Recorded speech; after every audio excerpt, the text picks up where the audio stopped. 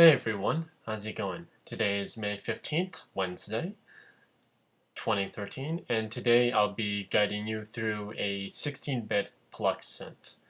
Now, this synth isn't that hard to make. What we actually just need to focus on is how gritty we can get this synth. And it's mostly meant for electronic dance music, but I try to put it in with this tribal step, and it's not working too well, but who knows, maybe I'll transform it into something else later.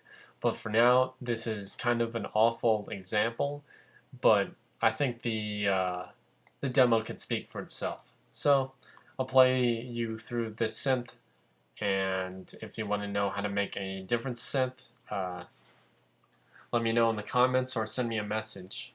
Thanks for Sweden and France for giving me thumbs up. Glad to know that not just people in the United States that just look at my tutorials. So thank you guys. Anyways, let's get to it.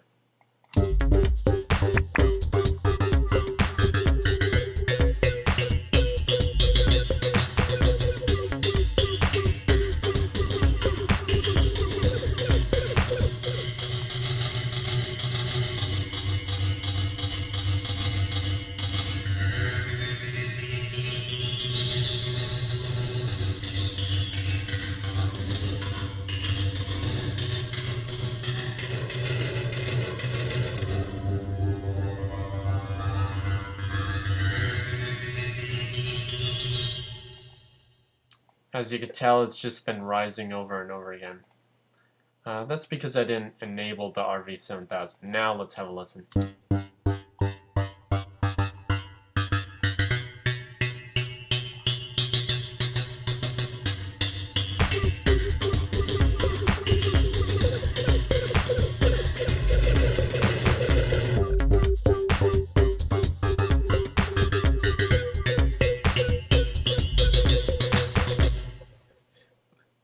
So that's the synth we're going to be making today.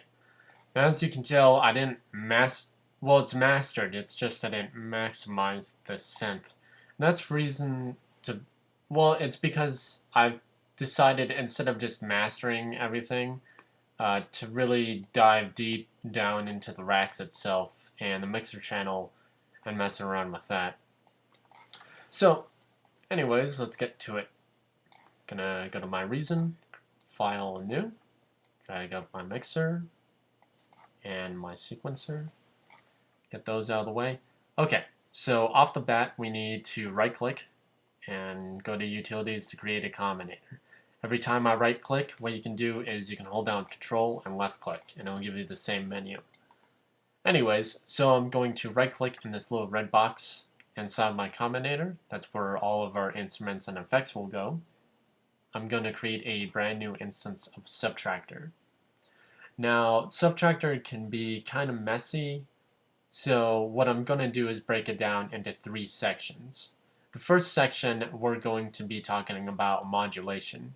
The second section is where we'll tackle our oscillators, our noise generators, LFOs, and modular envelopes, and our LFO2 settings.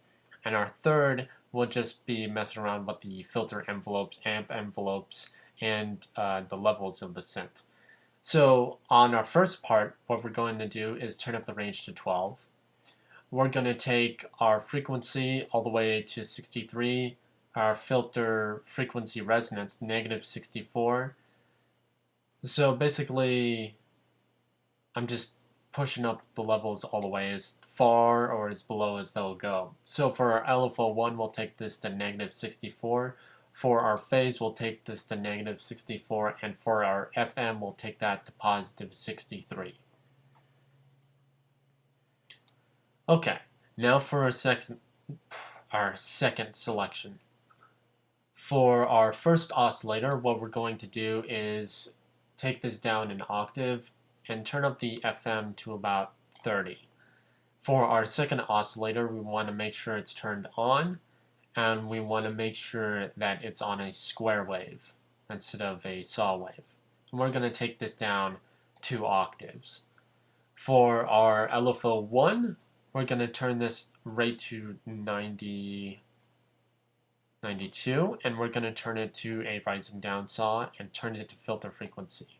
Make sure the amount is still 0, so that way when we modulate our modular parameter, our mod wheel in this case, we'll start to notice that wobbleness start to take place, where it starts to move the low frequency oscillator.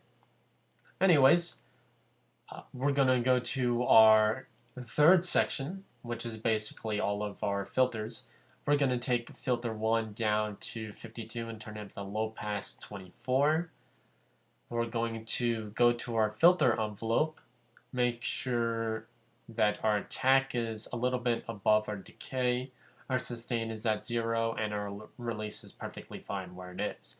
Now to get that ever immense pluck sound, that takes place in our amp envelope, and so we're going to take down our sustain all the way, and our release maybe 34, and take our decay all the way to 21. Now if I play a few notes, it's faint, but you can hear it.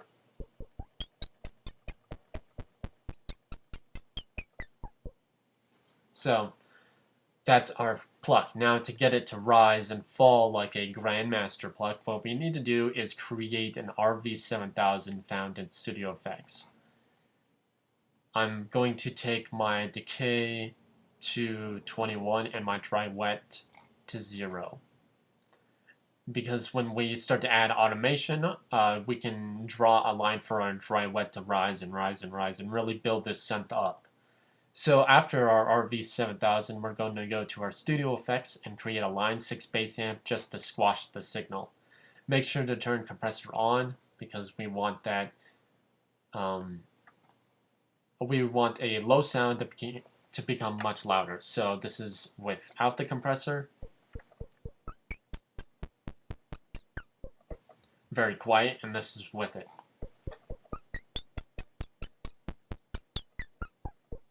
It punches it up, but just enough so that way we don't have to really boost the crap out of it.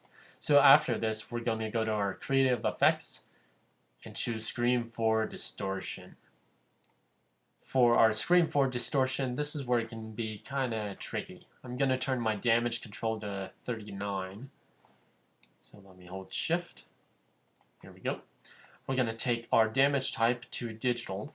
We're going to turn our P1 all the way to 127 and our P2 to 84. For our body, we want to make sure it's turned on. Our resonance is dead center, 63. Our scale is at a quarter, so 24. And our auto is all the way up, and turn it to type E.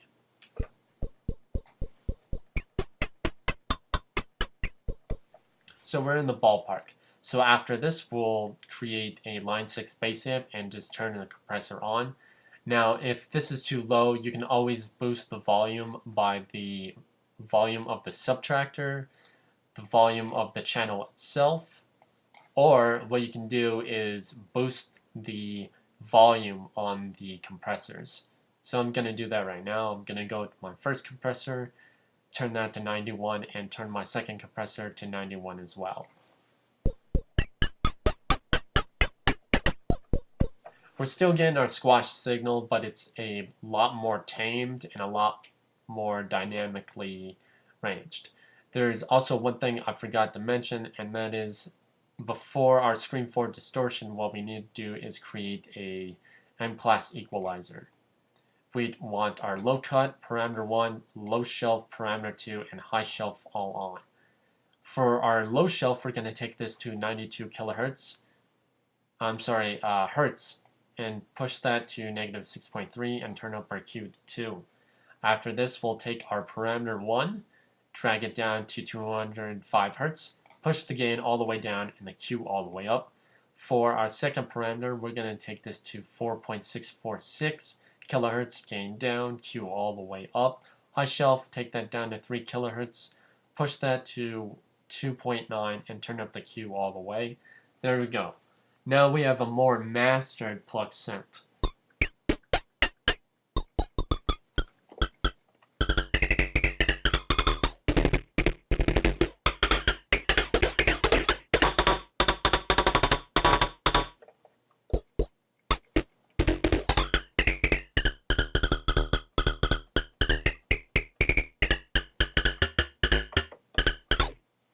So thanks for joining me, and I'll check you guys out tomorrow for another crazy tips and tricks and tutorials. Whatever you guys need from me, I'll provide it with the correct information, or the information I interpreted with my own unique sounds and abilities.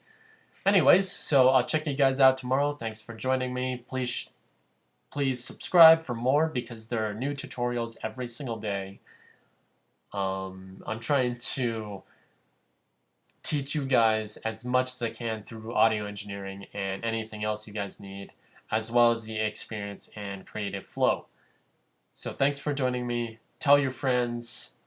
If you need me to, if you can give me tips or little things, I can greatly appreciate that as well. I take all the information that you're giving me, whether it's troll information or general interest, or even just saying, hey, you can hold shift to fine tweak things, or you can do Command C for copying. Whatever you guys think I don't know, please post in the comments and I'll try and look into it. Thanks for joining me, and I'll check you guys out tomorrow. Woot woot!